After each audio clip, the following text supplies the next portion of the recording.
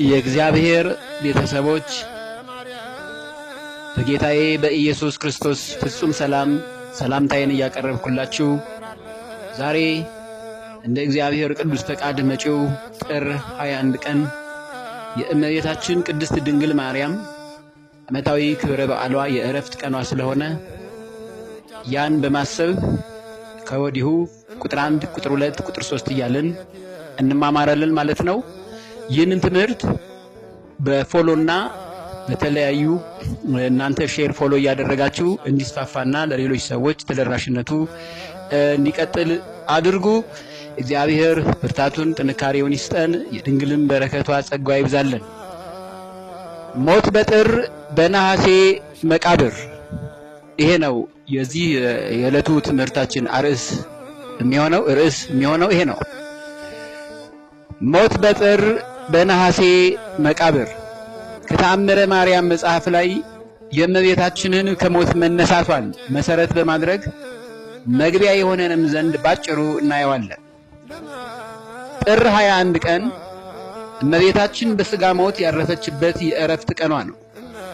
ይህም ዕለት በቅድስት ቤተክርስቲያናችን ሥርዓት በድምቀት በዓሉ ተከብሮ ይውላል። እመቤታችን ቅድስት ድንግል ማርያም በ64 ዓመቷ ያረፈችው እንዴት 64 ዓመት ላይ ማረፏን እንወቅ። ብዙዎች በ64 ዓመቷን ማረፏን ይናገራሉ። ግን ይህንን በምን እንወቅ የሚሉ ጠያቂዎች ወይም በምን እንረዳ የሚሉ ካሉ መልሱን ባጭሩ ነው። አንደኛ 3 ዓመት በእናት በአባቷ ቤት አደገች። አፏ እህል ሳይለምድ ሆዷ ዘመድ ሳይወድ ስዕለታችንን በተሳልነው መሰረት ለእግዚአብሔር እንስጥ ብለው ታኅሳስ 3 ቀን ለቤተ መቅደስ ተሰጠች። ይሄ አንዱ ነው። ሁለተኛ 12 ዓመት በቤተ መቅደስ ተቀመጠች ነው። ሶስተኛ ለ9 ወራት ጌታችንን ጸንሳ በቤተ ዮሴፍ ተቀመጠች። አራተኛ 33 ዓመት ከ3 ወራት ከልጇ ወዳጇ ጋር ቆየች። አምስተኛ 15 ዓመት ከሐዋርያው ቅዱስ ዮሐንስ ጋር ቆይታለች። እመቤታችን ቅድስት ድንግል ማርያም አንድ ላይ ስንደምረው 64 ዓመት ከ5 ቀን ይሆናል ማለት ነው። 15 ዓመት በቤተ ቅዱስ አባታችን በእርሱ ቤት ውስጥ ከአባቶቻችን ሐዋርያት ጋር ቆይታለች። ይህንንም ጌታችን መድኃኒታችን ኢየሱስ ክርስቶስ በቀራንዮ በተሰቀለ ጊዜ ለአባታችን ቅዱስ ዮሐንስ አንድ ትልቅ አደራ ሰጥቶታል። ይህቺ የመስቀሉ ላይ ስጦታችን እመቤታችን ቅድስት ድንግል ማርያም ናት።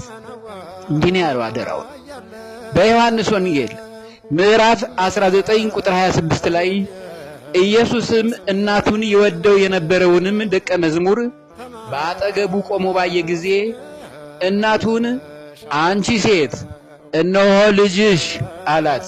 ከዚህም በኋላ ደቀ መዝሙሩን እናት እነኋት አለው እንዳለ በሐዋርያው ቅዱስ ዮሐንስ አማካኝነት እመቤታችን ቅድስት ድንግል ማርያም ለሰው ልጆች ተሰጥታናለችና በዚያ ምክንያት እርሱ ባደራ ተቀብሎ እናታችን እያሉ አባቶቻችን ሐዋርያትም ቅድስናዋን፣ ንጽህናዋን፣ እናትነቷን በሁለት ወገን ድንግል መሆኗን ትንሣኤዋን ጭምር እየመሰከሩ አልፈዋል። እዚህ ደርሰናል። በዚህም የቅዱስ ወንጌል ትምህርት መሰረት በልጇ ወዳጇ መከራ መስቀል ጊዜ ከሐዋርያው ቅዱስ ዮሐንስ ጋር እንድትቀመጥ ባደራ መልክ ተሰጥታ ነበርና ነው። ሞት በጥር በነሐሴ መቃብር እንዴት ሊሆን ቻለ ለሚለው ይህን ብሎ የጠየቀው ታላቁ ሐዋርያው ቅዱስ ቶማስ ወይም ዲዲሞስ ነው። ባጭሩ ለመግለጥ ያህል በእመቤታችን የዕረፍት ቀን አንድ አስደናቂ ተአምር ተፈጽሞ ነበር።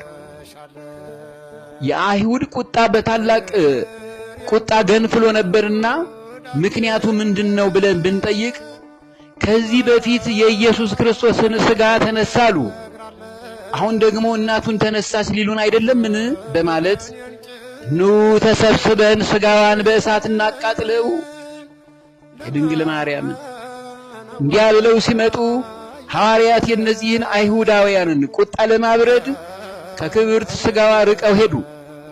ሐዋርያው ቅዱስ ዮሐንስ ግን በቀራንዮ ከክርስቶስም አልተለየም።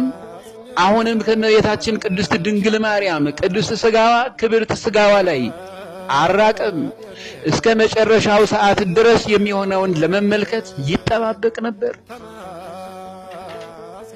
የአይሁድ የጎበዝ አለቃ ታውፋንያ ወይም ሶፎንያስ የሚባል ሰው የእመቤታችንን ክብርት ሥጋዋን ያረፈበትን አልጋ ወይም ሸንኮሩን ጋድም ይሉታል አባቶቻችን ለመያዝና ለመገልበጥ በሁለት እጁ ሊያነሳው ቢሞክር በመልአኩ ቅዱስ ገብርኤል ሰይፍ ሁለቱም እጆቹ እንደተቆረጡ በተአምረ ማርያም መጽሐፍ ላይ ተመዝግቧል።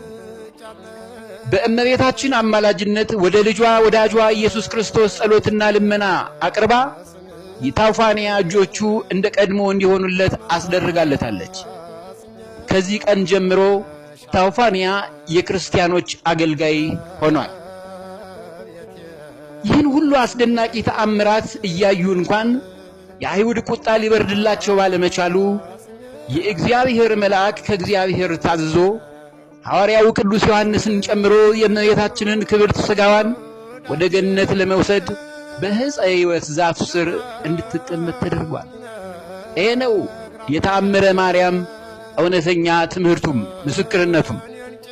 ይህም ድንቅ ተአምር የተከናወነው ጥር 21 ቀን ነው። የእመቤታችን ቅድስት ድንግል ማርያምን ክብርት ሥጋዋን በተመለከተ ጥብቅ ማሳሰቢያ ይኖረኛል። አሁን በተጻፈው በተአምረ ማርያም እመቤታችንን ካረፈች በኋላ የተጻፈው አስከሬኗ ሲል ጽፎታል። አባቶቻችን እዚያ አንቀጽ ላይ ሲደርሱ ቅድስት ሥጋዋ ክብርት ሥጋዋ በሚለው ቀይራችሁ አንብቡ። በቅድሚያ የጌታችን አምላካችን መድኃኒታችን ኢየሱስ ክርስቶስ ቅዱስ ሥጋው አስከሬን እንደማይባል ሁሉ የእመቤታችን ቅድስት ድንግል ማርያም ሥጋዋ አስከሬኗ ተብሎ መጠቀስ የለበትም፣ መባልም የለበትም። ክብርት ሥጋዋ ቅድስት ሥጋዋ ተብሎ ነው መነበብ ያለበት። ምክንያቱም እመቤታችን ከሴቶች ሁሉ ከሰው ልጆች ሁሉ የተለየችበት ዋናው ምክንያት አንደኛ በሥጋዋም በነፍሷም በሐሳቧም ጭምር ቅድስተ ቅዱሳን ንጽሕተ ንጹሐን በመሆኗ ነው። ሁለተኛ እንደ ሴቶች እህቶቻችን በወር የሚከሰት ምንም አይነት ልማድ ስለሌለባትና ማኅደረ መለኮት ስለሆነች በእነዚህና እነዚህን በሚመስለው ቅድስናዋ ምክንያት ክብርት ሥጋዋ አስከሬኗ ተብሎ መጠራት የለበትም። ክብርት ሥጋዋን አስከሬኗ ብሎ መጥራት ነውር ነው። ከዓለማውያን ከእንደኛ አይነት ደካሞች ሰዎች ጋር እየደመርናት ነው ማለት ነው። በድጋሚ ማሳሰብ የምፈልገው አሁን ከቅርብ ጊዜ ወዲህ በተጻፈ የታምረ ማርያም መጽሐፍ ላይ አስከሬኗ ተብሎ ተጽፏል። ድርጊቱ ፍጹም ስህተት ነው። አንባቢያኑ በዚህ አንቀጽ ላይ ሲደርሱ ክብርት ሥጋዋ ቅድስት ሥጋዋ በማለት እንዲያነቡት በቅድስት ቤተክርስቲያናችን ስም በድጋሚ አሳስባችኋለሁ። ለዛሬው ቁጥር 1 ሞት በጥር በነሐሴ መቃብር የሚለው ትምህርት እዚሁ ላይ ይቆየናል። ይህንን ትምህርት እመቤታችን ቅድስት ድንግል ማርያም በትክክል ሞትን ድል አድርጎ እግዚአብሔር ያስነሳት እናት መሆኗን ከመጽሐፍ ቅዱስ ሰፊ የሆነ ማስረጃ ስለምናሳይ እስከ መጨረሻው ድረስ ቁጥር 1 ቁጥር 2 ቁጥር 3 እና ቀጣዩን እስከ መጨረሻው ምእመናን ሕዝበ ክርስቲያን ተከታተሉ። ሼር ፎሎ በማድረግም ሌሎች ሰዎች ይህን ትምህርት እንዲጋሩና እውነቱን እንዲያውቁ ማድረግንም ሐዋርያዊነትን ሥራ ስሩ። እዚሁ ላይ ትምህርቱ ይቆየን። እግዚአብሔር ይመስገን። ቸር ቆዩኝ።